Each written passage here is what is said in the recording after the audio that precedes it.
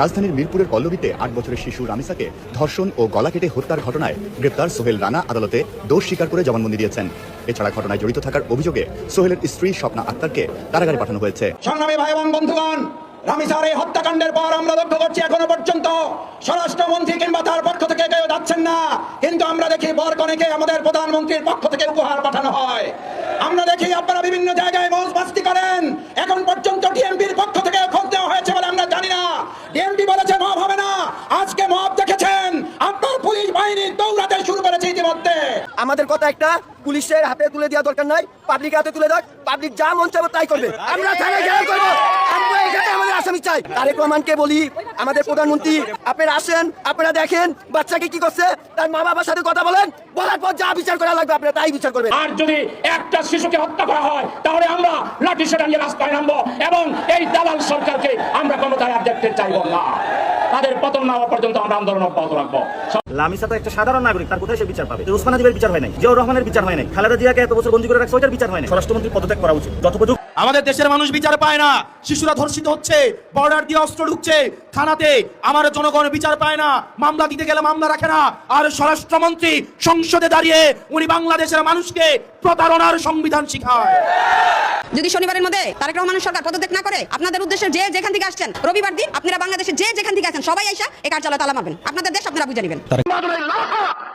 বিএনপির নেতাদের মধ্যে কি পরিমাণ তৈরি হয়েছে, নেতার সফর উপলক্ষে মেয়ের জোগাড় করতে হবে। এই যদি রাষ্ট্রীয় ক্ষমতায় থাকা দলের চরিত্র হয়, এই ধর্ষণ যারা করে, বিশৃঙ্খলা যারা করে, সব জায়গায় এই দলের লোকদের মদত এবং সাহায্য আছে। যারা অবৈধ বাংলাদেশি অনুপ্রবেশকারী তাদেরকে সরাসরি বিএসএফ এর হাতে হ্যান্ডওভার করার জন্য একটি নির্দেশিকা আজ থেকে আমরা এই আইন কার্যকর করলাম। এর ফলে সিএ এর অন্তর্ভুক্ত যারা, অর্থাৎ সিএ তে বলা আছে 7টা কমিউনিটি বা ধর্ম পালন করা লোকেরা, তারা সিটিজেনশিপ অ্যামেন্ডমেন্ট অ্যাক্টের আওতায় আসবেন এবং তাদেরকে যারা 31/12/2024 পর্যন্ত এসেছেন তাদেরকে কোনো পুলিশ কোথাও হ্যারাসমেন্ট ডিটেইন করতে পারবে না। আওয়ামী লীগ সরকার তো যেকোনো ভাবে 17 বছর দেশটাকে শাসন করতে পেরেছে, আপনারা 17 মাসও টিকতে পারবেন না। যে জনগণ যখন সব একত্রিত হয়ে যায় তখন সব খড়কুটোর মতো ভেসে যায়, সেখানে আসলে কেউ সাস্টেইন করতে পারে না। দিন শেষে এটাই সত্যি কথা। আমার মায়ের বুকের সন্তান ডক্টর ইউনূস কেড়ে নিল, তার যদি বিচার না হয়, প্রথম করে বললাম বাংলার মাটির থেকে ইউনূসকে বিদেশ ন, বাংলাদেশের বাইরে কোন শহরে বসবাস করার সুযোগ বাংলার মানুষ দিবে না। তাকে তার লিঙ্গ কর্তন করতে হবে। ধর্ষণ হচ্ছে, ধর্ষণের পরে গলা কেটে হত্যা করা হচ্ছে, কোনো সময় তাদের মাথা পাওয়া যাচ্ছে না, কোনো সময় তাদের লাশ পাওয়া যাচ্ছে না, কোথাও মাটি চাপা দিচ্ছে, কোথাও মাঠের ভিতরে পাওয়া যাচ্ছে। তাই স্পষ্টভাবে এদের বিচার করতে হবে, কঠিন বিচার, তাকে নংপুংস করে দিতে হবে, তার লিঙ্গ কর্তন করতে হবে। এর ছাড়া বিকল্প কিছু নাই। আমাদের নোটিশ না দিয়া হুরমার করা মানুষ আহত হইছে, দুনিয়া হাজার হাজার লক্ষ লক্ষ আমার ভাই বোন মা অনেক শত শত মানুষ আহত হইছে। মুক্তিবাসী যখন ঘর হয় তখন বাইনা দিল, তখন কয় থাকে সরকার? যখন এই 16 আসলে এমপি আসলে উনি তো কিছু বলবে না, আবার উনি চলে গেল, আমাদের কি সান্ত্বনা দিল? আমরা কি পাইলাম? আমাদের ঘর বাড়ি আমরা পাইলাম কি? রাস্তা কিছু তো পাইলাম না, আমাদের সব ধ্বংস হইলো, আমরা নির্যাতিত হইলাম। আজকে 17 বছর আর ফের আবার বিএনপি সরকার আসলো, তাহলে আমাদের কি হলো? আবার সেম কাহিনী গুলো করতেছে, এগুলো কি? আমরা কি বারবার নির্যাতিত হবো? আপনারা মাজার ভেঙে হামলা করে আপনারা সেটা ইসলামপন্থীদের চাপিয়ে দেওয়ার চেষ্টা করেন। আমরা পরিষ্কার সরকার এবং দেশবাসীকে বলি, জামাত ইসলামী কোনো ভাবের রাজনীতি করে না। মিরপুরে আপনারা আপনাদের উস্কিয়ে দেয়া দেশকে অস্থিতিশীল করে বিরোধী আন্দোলনকে সাবোটাজ করার জন্য আপনারা মাজার ভেঙে হামলা করে আপনারা সেটা ইসলামপন্থীদের চাপিয়ে দেওয়ার চেষ্টা করেছেন। আমরাও আজকে তারেক রহমানের কাছে চ্যালেঞ্জ ছুড়ে দিতে চাই, বাংলাদেশে যদি আপনি সংস্কার বাস্তবায়ন না করেন তাহলে বাংলাদেশে আপনার গতি থাকবে কিনা সে নিশ্চয়তা আমরা দিতে পারি না। মানুষ হিংস্র, পশু ভদ্র। হ্যাঁ, পশু ভদ্র, মানুষ হিংস্র। আমার মনে হয় না আজকে কোনো মা তার মেয়ে সন্তানকে বাইরে খেলতে পাঠাইছে বা ছাদে খেলতে পাঠাইছে, সিঁড়ির কাছেই যাইতে দিবে না। আজকে ভয় পেয়ে গেছে, ভয়। প্রত্যেকটা ঘরে ঘরে এই একই আলোচনা, রামিসা রামিসা রামিসা। আসসালামু আলাইকুম প্রিয় দর্শক, নতুন একটা নিউজে সবাইকে স্বাগতম। প্রিয় দর্শক, ভিডিওর শুরুতেই অনেকগুলো ভিডিওর অংশ বিশেষ আপনারা ইতিমধ্যে দেখেছেন, দেখেই বুঝতে পারছেন আজকের ভিডিওটি কতটুকু গুরুত্বপূর্ণ এবং আকর্ষণীয় হতে চলেছে। চলুন কথা না বাড়িয়ে একটা লাইক দিয়ে সম্পূর্ণ ভিডিও দেখে আসি। তার আগে বলবো, যারা এখনো চ্যানেলটি সাবস্ক্রাইব করেনি তারা সাবস্ক্রাইব করে দিবেন, আর যারা সাবস্ক্রাইব করেছেন তাদেরকে অসংখ্য ধন্যবাদ। প্রিয় দর্শক, কথা বাড়াবো না, চলুন মূল ভিডিওতে চলে যাই। মানুষ হিংস্র, পশু ভদ্র। হ্যাঁ, পশু ভদ্র, মানুষ হিংস্র। আমার মনে হয় না আজকে কোনো মা তার মেয়ে সন্তানকে বাইরে খেলতে পাঠাইছে বা ছাদে খেলতে পাঠাইছে, সিঁড়ির কাছেই যাইতে দিবে না। আজকে ভয় পেয়ে গেছে, ভয়। প্রত্যেকটা ঘরে ঘরে এই একই আলোচনা, রামিসা রামিসা রামিসা। আর কি মিষ্টি মুখ, কিন্তু ওই মুখটা দেহের সাথে ছিল না, আলাদা বাথরুমে নিয়ে বালতিতে রাইখা দিয়েছিল। কত বড় পাষণ্ড, ওহ, ভাবা যায়। আসলে হয়েছে কি জানেন, পুরা দেশে মাদকের ছায়া গেছে, নেশা পানি কইরা অস্থির। কোনো মানুষ সুস্থ মস্তিষ্কে একটা 7 বছরের মেয়ে, 7 থেকে 8 বছর, ক্লাস 2-তে পড়ে, এই বছরই উঠছে ক্লাস 2-তে, বড় বোনের সঙ্গে স্কুলে যাবে, বড় বোন খুঁজতেছে, পাচ্ছে না। তারপরে তার মা খুঁজতে খুঁজতে যায়, দেখে তার একটা জুতা পার্শ্ববর্তী বাসার একটা ঘরের সামনে, দরজা টোকা, খোলে না, বাইরে দিয়া তালা নাই, ভিতরে কেউ আছে। তার মানে সন্দেহ হয়েছে মায়ের, সঙ্গে সঙ্গে চিৎকার, আশেপাশের লোক আসলো, পুলিশ আসলো, ওর মধ্যে সেই আসামি জানলা কাইটা বাইরে চলে গেছে, ধরা পড়ছে। আইনের কাছে যায়, সে বলছে সবকিছু স্বীকার গেছে, কি কি করছে সবকিছু সে নিজে খুইলা বলছে, কি জুলুমটা মেয়েটার উপরে করছে, ওই শিশুটার উপরে কি জুলুমটা করছে, টোটালটা সে ম্যাজিস্ট্রেটের কাছে খুইলা বলছে, স্বীকারোক্তি তো দিয়াই দিল। তারপরে এখন দেখবেন এই মামলা চলতে থাকবে, কেউ এই মামলার হদিশ খুঁজে পাবেন না। দেখেন রামিসার বাবা বলে আমি বিচার চাই না। কেন বলে? কারণ কি? ও দেখতেছে তো এই দেশে কোনো বিচার হচ্ছে না। গত 24 ঘন্টায় 3টা শিশু ভাই নির্যাতন হয়েছে, এর মধ্যে একজনকে হত্যা করা হয়েছে, যার আসামি ধরা পড়ছে। আসামি বলতেছে যে আমি খুন করছি, আমি হত্যা করছি, আমি জুলুম করছি। তারপরও তাকে এখন ওই জেলখানায় নিয়ে সরকারি টাকায় ভাত খাওয়াইতে হবে, রুটি খাওয়াইতে হবে। এই মামলা চলতে থাকবে। আপনাদের মনে আছে এই অন্তর্বর্তীকালীন সরকার যখন ছিল, ওইখানে একজন আইনমন্ত্রী ছিল, উনি একবার একটা মামলার ব্যাপারে কি বলছিল, এই আইনমন্ত্রী ভাই আসিফ নজরুল ইসলাম দেখতে কিন্তু অনেকটা ভাই বেচারা, বেচারা যা গাল গপ্প মারতো একটা টাইমে, উনি যদি কোনোদিন সরকারে যেতে পারে তাহলে এই দেশের জন্য কিছু কইরা দেখাবে। এই লোকটা কি বলছিল মনে আছে আপনাদের? 3 মাসের মধ্যে বিচার করব। কার বিচার?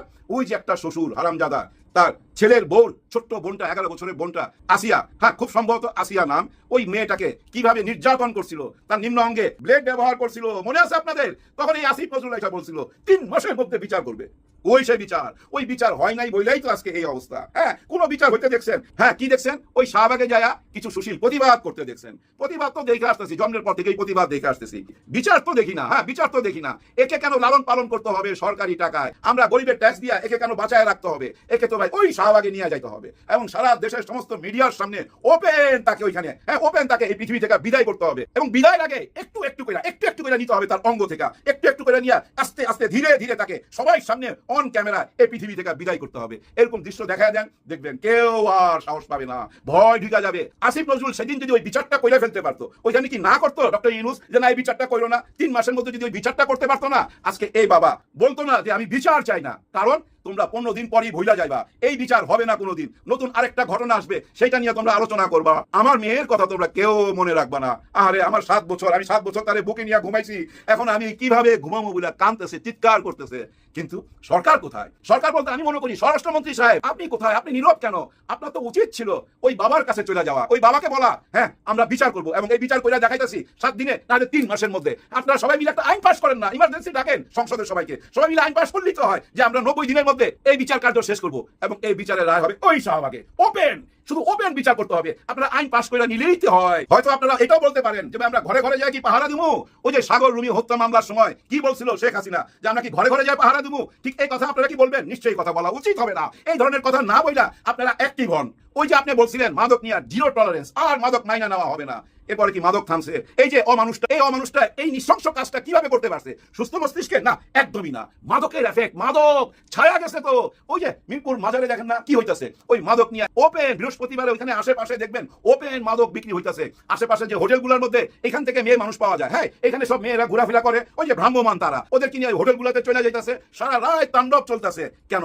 আইন কানুন নাই? নিশ্চয়ই আছে। তাহলে কেন ঝাড়ু দিয়ে পরিষ্কার করতে পারতেছেন না? অথচ আপনারা পরিষ্কার করতে গেছেন কোথায়? মিরপুরে গরিবের বস্তি ভাঙতে গেছেন আজকে আপনারা। তাতে কি দাঁড়ালো খেয়াল করছেন আপনারা? গরিবের বস্তি ভাঙতে যায় আপনাদেরকে দৌড়াইতে হইলো। কিভাবে যে দৌড়াইতেছেন একটু দেখাই আপনাদেরকে। দেখেন, সবসময় তো দেখছেন চোরের পিছনে পুলিশকে দৌড়াইতে, এখন দেখেন চোর দৌড়াইতেছে পুলিশকে। কিভাবে পুলিশ তার জীবন নিয়ে ভাবতেছে। কারণ কি? কারণ ওই একটাই, ওনারা গেছিল ওইখানে বস্তি ভাঙতে। ভাই গরিবের ঘর বাড়ি ভাঙ্গা দিবেন হঠাৎ করে, ওরা থাকবে কোথায়? যার জন্য ওরাও ভাই লাঠি সোটা নিয়ে নাইমা রাস্তার মধ্যে নাইমা গেছে এবং পুলিশকে দৌড়ানি দিছে। আর পুলিশ দেখেন তার জীবন নিয়ে ভাবতেছে। এখানে মেয়ে পুলিশও আছে। কি একটা ভয়াবহ অবস্থা। এই দৌড়টা কি সম্মানজনক পুলিশের জন্য বা আমাদের স্বরাষ্ট্রমন্ত্রীর জন্য কোনো সম্মানজনক বার্তা নিয়ে আসে আমাদের কাছে? নিশ্চয়ই না। এই মুহূর্তে ওই গরিবের ঘর বাড়ি ভাঙ্গা দেওয়ার কেন পরিকল্পনা করলেন? কারাই সব বুদ্ধি দিতেছে? নির্বাচনের আগে আপনারাই তো এই যে করেল বস্তিতে গেছেন, বিভিন্ন বস্তিতে গেছেন, কি কথা দিয়ে আসছিলেন যে আপনাদের ছেলে মেয়েরাও পড়বে? ওই যে ধনীদের বাসার দিকে আঙুল তুলে বলছিল করছিলেন বিল্ডিং গুলো দেখায়া এইসব বিল্ডিং এর ছেলে মেয়েরা যেখানে লেখাপড়া করে আপনাদের ছেলে মেয়েরা সেখানে লেখাপড়া করবে বলেন নাই? আরো কি বলছেন? আপনাদেরকে বিল্ডিং করে দেওয়া হবে, ছোট ছোট ঘর করে দেওয়া হবে, আপনারাও ফ্ল্যাটের মধ্যে থাকবেন। তাহলে ওই ফ্ল্যাটটা আগে করেন, তারপরে তো ওদেরকে বাইর করবেন, ওদের ঘর বাড়ি ভাঙবেন। এখন যদি ওদের ঘর বাড়ি ভাঙা দেন, কোথায় থাকবে, কোথায় যাবে? মা বোন নিয়া, সন্তান নিয়া, এর মধ্যে চারিদিকে হাম, অসুখ বিসুখ, অশান্তি। নিজের সন্তানকে, মেয়ে সন্তানকে ঘরের ভিতরেই তো নিরাপদ রাখতে পারতেছে না, ঘর ভাঙা দিলে নিরাপদে থাকবে, এটা কি বিশ্বাস করতে বলেন? নিশ্চয়ই না। মেয়েরা কোথাও নিরাপদ না ভাই এই মুহূর্তে, এটাই তো বোঝা যাচ্ছে। এর মধ্যে যদি ঘর ভাঙা দেন গরিবের, তাইলে কি হলো? নির্বাচনের আগে যেসব কথাগুলো দিচ্ছেন সেগুলাই পালন করেন, নতুন কথা কিছু বলার দরকার নাই তো। কেন আপনারা বুঝতে পারতেছেন না? এই যে পুলিশ ভাইরা দৌড়াইতেছে, এটা কি ভালো দেখাইতেছে? নিশ্চয়ই না, মানুষের কাছে হাসির পাত্র হয়ে যেতেছে। এইভাবে আইন শৃঙ্খলা, নিয়ম কানুন সব ভাঙ্গা পড়লে তাহলে তো দেশ চালানো মুশকিল হয়ে যাবে। আরো কি মুশকিল হবে জানেন? আমাদের পরবর্তী জেনারেশন, এই জেনারেশনের ঠিক মতো মানসিক বিকাশ হবে না। কারণ কি জানেন? সন্তানকে তো বাইরে ছাড়তে পারতেছে না, মাঠে খেলতে দিতে পারতেছে না, ছাদে যে খেলতে দিবে সেটাও ভয় পাইতেছে, ঘরের মধ্যে আটকায় রাখতে হবে ওই মোবাইল একটা দিয়া। এতে মানসিক বিকাশ হবে না, প্রতিবন্ধী হচ্ছে। আগামী জেনারেশন প্রতিবন্ধী হয়ে যাবে। তো বুঝেন না কেন? মানুষ আইনকে ভয় পাবে না, এটা কোনো কথা? ভাই ব্রাদার, ছোট্ট করে বুঝাই, এই ক্যান্টনমেন্টের ভিতরে আপনারা কখনো গেছেন কি? যাইলে দেখবেন ওইখানে কেউ জোরে গাড়ি চালায় না, কেউ পানির পিক ফেলে না, কেউ হঠাৎ করে রাস্তা ক্রস করে না, সবাই জেব্রা ক্রসিং ইউজ করে। কারণ আইন ওইখানে ভীষণ ভাবে টাইট। এই যে দেখেন AI ক্যামেরা বসাইছে, এখন দেখেন সবাই কিন্তু ওই লাল বাতি দেখলে দাঁড়ায় যায়, জেব্রা ক্রসিং এর আগেই দাঁড়ায় যায় মামলার ভয়ে। তার মানে আইন টাইট দিছে। তেমনি ভাবে আইন টাইট দিতে হবে, ব্যবসা বন্ধ করতে হবে। আইন ব্যবসা চলে ভাই, ব্যবসা না চললে ওই যে হারামজাদার শ্বশুর 11 বছর মেয়েটাকে যা করলো, তার ফাঁসি হইলো না কেন? আমার তো মনে হয় 1 বছর হয়ে গেল, তার বিচার হইলো না কেন? তার মানে কি জানেন? ওই বিচার মামলা নিয়ে ওইখানে বাণিজ্য চলে। এই পশুগুলার পাশে অনেকেই কালো কোট পয়লা হিসাব দাঁড়ায় যায় তাদেরকে বাঁচাইবার জন্য। এরা তখন বাঁচার জন্য জমি বাড়ি সবকিছু বেচা মামলা চালাইতে থাকে। আমি একবার শুনছিলাম একজন উকিলের মুখে, উনি বলতেছিল কি ভয়াবহ কথা শুনেন। উনি কি বলতেছে? যে মারা গেছে সে তো মইরাই গেছে, আর যে জীবিত আছে তাকে মাইরা ফেলাইতে হবে কেন? তাকে হত্যা করতে হবে কেন? আইন তাকে বাঁচার অধিকার তো দেয়। এরকম যুক্তি দিতেছিল। চিন্তা করছেন কি ভয়াবহ কথা? জুলুমকারী নিজে বলতেছে আমি জুলুম করছি। আমার তো মনে হয় 36 ঘন্টার মধ্যে শাহবাগ আইনা ওর বিচার কার্যকর সবাই সামনে দেখানো উচিত। একজন মেয়ের বাপ হিসেবে আমি এই দাবি রেখে গেলাম আপনাদের কাছে। যাবার আগে ছোট্ট দুটা কথা বলা যায়। যে বাবা বলতেছে আমি বিচার চাই না, বিচার চাই না, সে বাবার কাছে যদি আমাদের মাননীয় প্রধানমন্ত্রী যায় কথা দিত, তাকে বুকে জড়ায়া যে আর বিচার পাবেন না মানে আমি বিচার করব, আর সেটা যদি বাস্তবায়ন করতে পারে বর্তমান সরকার, সবাই ভালোবাসা পাবে না? নিশ্চয়ই সবাই ভালোবাসা পাবে। ভালোবাসার জবাব ভালোবাসা, আর ঘৃণার জবাব ঘৃণা। বাংলাদেশের মন্ত্রী পরিষদে খুব তাড়াতাড়ি বড় ধরনের একটা রদবদল হতে যাচ্ছে বলে চাপা গুঞ্জন এবং ফিসফাস শোনা যাচ্ছে। এখানে বেশ কয়েকজন মন্ত্রীর নাম উঠে এসেছে যারা তাদের ওই মন্ত্রণালয়ে, ওই ফিল্ডে ভালো প্রতিভার স্বাক্ষর রাখতে পেরেছেন বলে মনে হচ্ছে না। আর এতেই প্রধানমন্ত্রী তারেক রহমান সিদ্ধান্ত নিয়েছেন এই মন্ত্রণালয় থেকে তাদেরকে সরিয়ে দিতে হবে। প্রথমত যিনি সড়ক ও সেতু মন্ত্রী আছেন তার নামটা বেশি উচ্চারিত হচ্ছে, রবিউল আলম রবি। তাকে এখান থেকে সরিয়ে দেওয়া হতে পারে বলে জোর গুঞ্জন শুরু হয়েছে এবং এটা ঈদের পরেই এই কার্যক্রম শুরু হতে পারে। ইশরাক হোসেনের নাম উঠে এসেছে। ইশরাক হোসেন তার মন্ত্রিত্ব ছেড়ে দিয়ে তিনি মেয়র হিসেবে প্রতিদ্বন্দ্বিতা করবেন বা নির্বাচন করবেন, এরকম জোর গুঞ্জন শোনা যাচ্ছে। এর ভিতরে সবচেয়ে বেশি নাগরিক সমাজের পক্ষ থেকে আরেকটি মন্ত্রণালয়ের সুপারিশ করা হয়েছে। তিনি হচ্ছেন আমাদের মাননীয় স্বরাষ্ট্রমন্ত্রী মহোদয়। স্বরাষ্ট্রমন্ত্রী মহোদয়কে এই কারণে বদলি করতে হবে। সরকার এই বিষয়টি অবশ্যই বিবেচনা করবেন। এই কারণে স্বরাষ্ট্রমন্ত্রী তিনি একজন বিজ্ঞ পার্লামেন্টারিয়ান, সংবিধান বিষয়ে তার অগাধ জ্ঞান, অগাধ পাণ্ডিত্য, তিনি অত্যন্ত চতুর, বিচক্ষণ। তিনি মুহূর্তেই একটা অসত্য কথাকে সত্যে রূপান্তরিত করতে পারেন, একটা মন্দ কথাকে ভালো কথায় রূপান্তর করতে পারেন। যেমন জুলাই সনদ, সংস্কার কমিশন, এইগুলো যদি তিনি মেনে না নিতেন, তারা যদি মেনে না নিতেন, তাহলে এইটার বাহানায় যদি নির্বাচন পিছিয়ে দিত, এই জন্য তখন তিনি রাজি হয়েছিলেন, সব জায়গায় স্বাক্ষর করেছিলেন। এখন ক্ষমতায় এসে তিনি এইটি করবেন না। এটা তিনি আবার সংসদে দাঁড়িয়ে খুব অকপটে স্বীকার করেছেন। মুনাফিকি কাকে বলে, নেফাকি কাকে বলে, এটার সংজ্ঞা যদি পরিবর্তন না হয়ে থাকে তাহলে বাংলাদেশের জনগণ হয়তো ওই কাতারেই ফেলেছে কিনা আমাদের জানা নেই। যাই হোক, মূল কথা যেটা, এই মন্ত্রণালয় থেকে, স্বরাষ্ট্র মন্ত্রণালয় থেকে সালাউদ্দিন আহমেদকে সরিয়ে তাকে রাষ্ট্রপতি বা অন্য কোনো মন্ত্রণালয়ে প্রেরণের জন্য নাগরিক সমাজের পক্ষ থেকে জোর দাবি উঠেছে। এর একটা কারণ আছে। কারণ সরকারের আজ প্রায় 3 মাস অতিবাহিত হয়ে গেছে। এই সময়গুলোতে স্বরাষ্ট্র মন্ত্রণালয় বিষয়ে স্বরাষ্ট্রমন্ত্রীর কোনো ব্রিফ নাই, কোনো উল্লেখযোগ্য তার পারফরমেন্স নাই, তার কোনো অ্যাক্টিভিটি নাই, তার কোনো চারিদিকে ছুটাছুটি নাই, দৌড়াদৌড়ি নাই, পুলিশদেরকে নিয়ে বসা নাই, পুলিশদের ডিরেকশন দেওয়া নাই, কোনো কিছু নাই। এরকম উল্লেখযোগ্য তেমন কোনো কিছুই আমাদের চোখে পড়ছে না। আইন শৃঙ্খলা পরিস্থিতি এমন ভেঙে পড়েছে, অন্তর্বর্তীকালীন সরকারের সময়কেও হার মানিয়েছে। অন্তর্বর্তীকালীন সরকারের সময়ে দেশে সেনাবাহিনী ছিল, এই সেনাবাহিনী থাকার কারণে অনেকটাই কিন্তু অন্তর্বর্তীকালীন সরকার ট্যাকেল দিয়েছে। বারবার তাদেরকে নিয়ে মিটিং করা হয়েছে। জাহাঙ্গীর আলম তিনি একজন অসুস্থ মানুষ, তারপরেও তিনি ছুটে বেরিয়েছেন, বেরাকে বেরাকে ঘুরেছেন, পুলিশ হেডকোয়ার্টারগুলো পরিদর্শন করেছেন, পুলিশের যে পুলিশ লাইন্সগুলো পরিদর্শন করেছেন, তাদের সাথে কথা বলেছেন, তাদের সুবিধা অসুবিধাগুলো জানার চেষ্টা করেছেন, তাদের মনোবল ফিরিয়ে আনার চেষ্টা করেছেন। কিন্তু সেই তুলনায় স্বরাষ্ট্রমন্ত্রী বর্তমান সালাউদ্দিন আহমেদ অনেক ইয়াং, এনার্জেটিক এবং ডাইনামিক, কিন্তু তিনি কেন যেন কোনো এক অদৃশ্য কারণে এই জায়গায় তিনি ভালো পারফর্ম করতে পারছেন না। এমনকি আমাদের পার্শ্ববর্তী দেশ ভারত থেকে সীমান্ত পার হয়ে অবাধে মাদকদ্রব্য, গাঁজা, ফেন্সিডিল এগুলো আসছে, তিনি এইটার ব্যাপারেও কোনো সহায়তা করতে পারছেন না। স্বরাষ্ট্রমন্ত্রীর দায়িত্ব সীমান্ত পাহারা দেওয়া, অর্থাৎ বর্ডার গার্ড যে বিজিবি আছে তাদেরকে নিয়ন্ত্রণ করা, নির্দেশনা দেওয়া। কিন্তু এই সরকার ক্ষমতায় আসার পরে সীমান্তে কি হত্যা বন্ধ হয়েছে? এই গত দুদিন আগেও ব্রাহ্মণবাড়িয়া সীমান্তে অর্থাৎ কসবা সীমান্তে 2 জনকে গুলি করে হত্যা করেছে বিএসএফ। কোনো প্রতিক্রিয়া নেই, কোনো প্রতিবাদ নেই, কোনো ধরনের কোনো অ্যাক্টিভিটি নেই। বলা চলে তিনি এই জায়গায় আইন শৃঙ্খলা রক্ষায় একেবারে অযোগ্যতার পরিচয় দিয়েছেন। আর সবচেয়ে উদ্বেগের বিষয় হচ্ছে মেয়ে শিশুদেরকে ধর্ষণ করে হত্যা করা হচ্ছে একের পর এক। এই ঘটনা শুধু 1-2টি ঘটনা নয়, এই বিগত 1 সপ্তাহের ভিতরে 4টি মেয়েকে ধর্ষণ করে হত্যা করা হয়েছে। ঠাকুরগাঁওয়ে 4 বছরের একটি মেয়েকে যৌন হয়রানি করে, যৌন নির্যাতন করে তারপর তাকে হত্যা করা হয়েছে। সিলেটে 4 বছরের মেয়ে ফাহিমাকে যৌন নির্যাতন করার পরে তাকে হত্যা করা হয়েছে। এরপরে মুন্সিগঞ্জে 10 বছরের একটি শিশুকে ধর্ষণ করে তারপর তাকে শ্বাসরোধ করে হত্যা করা হয়েছে।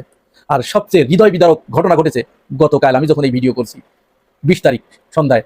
19 তারিখে এই মিরপুরের পল্লবীতে শিশু রামিসাকে ক্লাস 2তে পড়ে, মাত্র 7 বছর বয়স মেয়েটাকে তার পাশের ফ্ল্যাটের এক লম্পট, চরিত্রহীন, মাতাল, উন্মাদ, অমানুষ নিয়ে স্ত্রী সহ তার ওই লম্পট আর লম্পটের স্ত্রী মিলে মেয়েটিকে প্রথমে ধর্ষণ করেছে। তারপর মেয়েটি বলেছে যে তাকে বলে দেবে তার বাবা মাকে। এরপর এই স্ত্রী এবং এই স্বামী 2জন মিলে ছোট্ট রামিসাকে প্রথমে তার গোলা থেকে আলাদা করে ফেলেছে, মাথাটা নিয়ে গিয়ে বাথরুমের ভিতরে বালতির ভিতরে রেখে দিয়েছে, আর তার বডিটা খাটের নিচে লুকিয়ে রেখেছে। পিতার আহাজারি, এটি কি আপনারা শুনেছেন? এটি সহ্য করার মতো নয়। একটু শোনাই আপনাদের, দেখুন পিতা কি বলছে।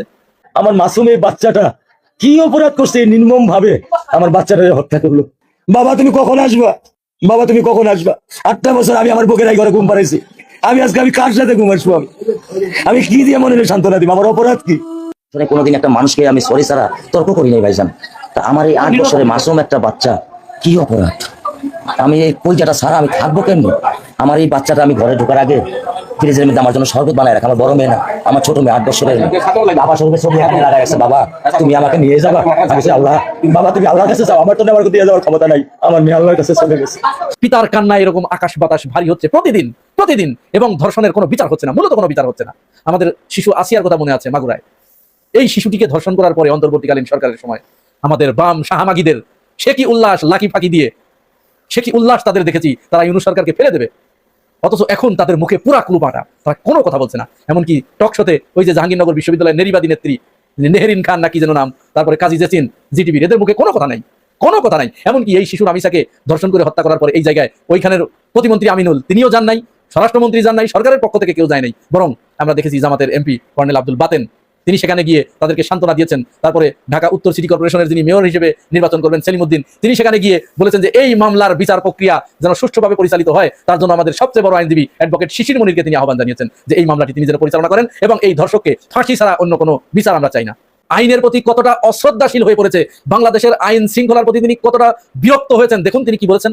কিছুই চাই না, বিচার আপনারা করতে পারবেন না, আপনাদের এই ধরনের কোনো রেকর্ড নাই, আপনারা পারবেন না, আমার মেয়েও ফিরে আসবে না। কোনো পিতা সন্তান হারানোর পরে, তার সন্তানটাকে হত্যা করার পরে কোনো পিতা কখনো এই কথা বলে যে আমি বিচার চাই না? কার কাছে বিচার দিব? আপনাদের কি রেকর্ড আছে যে আপনারা একটা বিচার করেছেন? একটি রেকর্ড দেখান। এটি এদেশের মানুষ দেখতে দেখতে অভ্যস্ত হয়ে গেছে, একটি বিচার হয় না। কারণ এদেশের আইন, আদালত, আইনজীবী, পুলিশ প্রত্যেকেই এই ধরনের ঘটনা ঘটার পরে তারা তাদের জিহ্বা দিয়ে লালা ঝরতে থাকে, পানি ঝরতে থাকে যে কখন আমার মক্কেল আসবে, সেখান থেকে টাকা ইনকাম করবো। টাকা খেয়ে ভুরি প্রমাণ থাকার পরেও, ভিডিও প্রমাণ থাকার পরেও সেই মামলাগুলোকে হালকা করে দেওয়া হয়, আসামিদেরকে জামিনে বের করে দেওয়া হয়। তারপরে জামিনে বের হয়ে এসে তারা আবার সেই ভিকটিমদের পরিবারের উপরে হুমকি ধামকি, এমনকি কোনো কোনো ক্ষেত্রে হামলা পর্যন্ত করে থাকেন। এই হচ্ছে বাংলাদেশের আইন, এই হচ্ছে বাংলাদেশের বিচার ব্যবস্থা। আমরা অনেক বড় আশা নিয়েছিলাম যে দীর্ঘদিন পরে একটি নির্বাচিত সরকার আসছে, তারা এর বিচার করবেন। কিন্তু স্বরাষ্ট্রমন্ত্রী তিনি জুলাই সনদ নিয়ে ব্যস্ত, তিনি তার আইন শৃঙ্খলা পরিস্থিতি নিয়ে বিন্দুমাত্র তার কোনো মাথা ব্যথা নেই। এই ব্যাপারে তার কোনো ব্রিফ পর্যন্ত আমরা শুনি নাই। সুতরাং তাকে এই পদে থাকার কোনো দরকার নেই। আমরা তার চেয়ে বরং সাবেক স্বরাষ্ট্র প্রতিমন্ত্রী লুৎফুজ্জামান বাবর, তাকে দরকার। সরকারের প্রতি আমরা জোর দাবি জানাচ্ছি, সালাউদ্দিন আহমেদকে এখান থেকে সরিয়ে দিয়ে লুৎফুজ্জামান বাবরকে এখানে আনতে হবে। এতে 2টি কাজ হবে। এখানে তার পুরনো মন্ত্রণালয়, তিনি এখানে আগে কাজ করেছেন, তার বিচিত্র অভিজ্ঞতা রয়েছে, তিনি তার অভিজ্ঞতার আলোকে বাংলাদেশের সমস্ত আইন শৃঙ্খলা পরিস্থিতি তিনি নিয়ন্ত্রণে নিয়ে আসতে পারবেন। আর সবচেয়ে বড় উপকার হবে সীমান্তের ওপারে যে দলটি বর্তমানে ক্ষমতায় এসেছে, কট্টর সাম্প্রদায়িক একটি দল, সন্ত্রাসী ধরনের একটি দল। এদের না আছে কোনো আগা, না আছে কোনো পাছা। এরা মুসলমানদের উপর চরম সিদ্ধস্ত এবং বাংলাদেশে এরা যে কোনো মুহূর্তে যে কোনো ধরনের দুর্ঘটনা ঘটিয়ে দিতে পারে। বারবার তারা সেই হুমকি দিচ্ছে। সুতরাং লুৎফুজ্জামান বাবর হচ্ছে ওই শুভেন্দুর জম। শুভেন্দু লুৎফুজ্জামান বাবরকে, বাঘকে যেরকম মানুষ ভয় পায়, শুভেন্দু এরকম ভয় পায়। লুৎফুজ্জামান বাবরকে যদি এখন স্বরাষ্ট্রমন্ত্রীর দায়িত্ব দেওয়া হয়, তাহলে শুভেন্দু তীরের মতো সোজা হয়ে যাবে। ওর মাথা আর কোনোদিন সোজা হবে না। মাথা নিচু করে লুৎফুজ্জামান বাবরকে সালাম দিয়ে তাকে এখান থেকে বিদায় নিতে হবে। প্রিয় দর্শক, ভিডিওটি দেখে কি জানলেন বুঝলেন অবশ্যই আপনাদের মূল্যবান মতামত কমেন্ট বক্সে জানিয়ে দিবেন। পারলে ভিডিওটি শেয়ার করে সবাইকে দেখার সুযোগ করে দিবেন। ধন্যবাদ।